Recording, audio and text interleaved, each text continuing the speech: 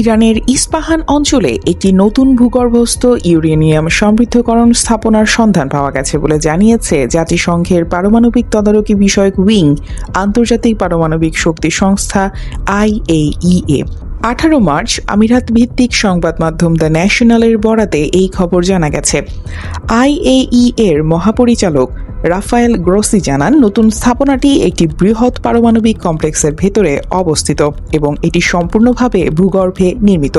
তবে এটি কতটা অগ্রসর বা কার্যকর অবস্থায় রয়েছে তা এখনও নিশ্চিতভাবে জানা যায়নি।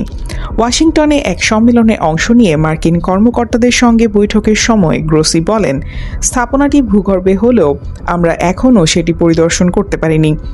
IAEA এর তথ্য অনুযায়ী বর্তমানে ইরানের কাছে প্রায় 440 কেজি 60% পর্যন্ত সমৃদ্ধ ইউরেনিয়াম রয়েছে। এই ইউরেনিয়ামকে যদি আরও প্রক্রিয়াজাত করে 90% পর্যন্ত উন্নীত করা যায় তবে তা দিয়ে পারমাণবিক অস্ত্র নির্মাণ সম্ভব হতে পারে।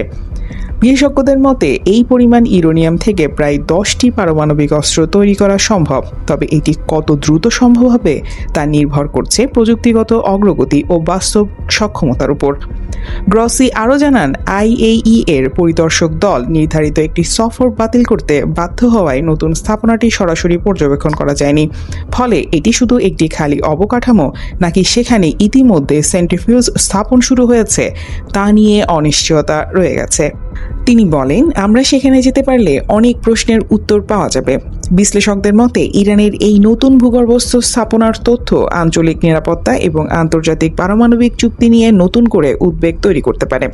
এ যাবৎ ইরানের যেসব পারমাণবিক স্থাপনার তথ্য মিলেছে সেগুলোতে ব্যাপক বোমা হামলা চালিয়েছে যুক্তরাষ্ট্র ও ইসরায়েল। হামলায় সেগুলো ধ্বংস হয়ে গেছে বলে জানিয়েছে ইরান। মূলত ইরানকে পরমাণু অস্ত্র পাওয়া থেকে বিরত রাখার অজুহাতেই অন্যায্য এক যুদ্ধ শুরু করেছেন মার্কিন প্রেসিডেন্ট ডোনাল্ড ট্রাম্প ও ইসরায়েলের প্রধানমন্ত্রী বেনিয়ামিন নেতানিয়াহু। এরই মাঝে নতুন পারমাণবিক কেন্দ্রের খবর সামনে আসার পর তারা কিভাবে প্রতিক্রিয়া জানাবে তাই দেখার বিষয়। এর আগে ট্রাম্প বলেছিলেন, ইরান তাদের সমৃদ্ধ ইউরেনিয়াম হস্তান্তরে রাজি না হলে একমাত্র উপায় হতে পারে সেগুলো জব্দ করা। আর তা করতে গেলে আধুনিক ইতিহাসের সবচেয়ে বড় বিশেষ বাহিনীর অভিযানের প্রয়োজন হবে। মার্কিন সংবাদ মাধ্যম ওয়াল স্ট্রিট জার্নালের প্রতিবেদনে বলা হয়েছে, ইরানি বাহিনীর প্রতিরোধের মুখে এমন অভিযান সম্পন্ন করা অত্যন্ত জটিল হবে। এতে এক বা একাধিক স্থানে কয়েকদিন ধরে শত শত সেনা মোতায়েনের প্রয়োজন হতে পারে বলে সাবেক মার্কিন সামরিক কর্মকর্তা ও বিশেষজ্ঞরা জানান। সংঘাতপূর্ণ অঞ্চল থেকে তেজস্ক্রিয় পদার্থ সরিয়ে নিতে মার্কিন সেনাবাহিনীর বিশেষভাবে প্রশিক্ষিত অভিজাত দল রয়েছে।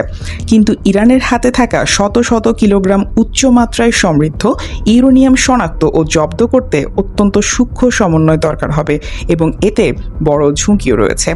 সব মিলিয়ে ইরানের সমৃদ্ধ ইউরেনিয়াম জব্দের কোনো অভিযান শিগগির হচ্ছে না, কিন্তু কোনো এক সময় হতে পারে এমন ইঙ্গিতও দিয়ে রেখেছেন ডোনাল্ড ট্রাম্প। News desk, দুতিয়াল।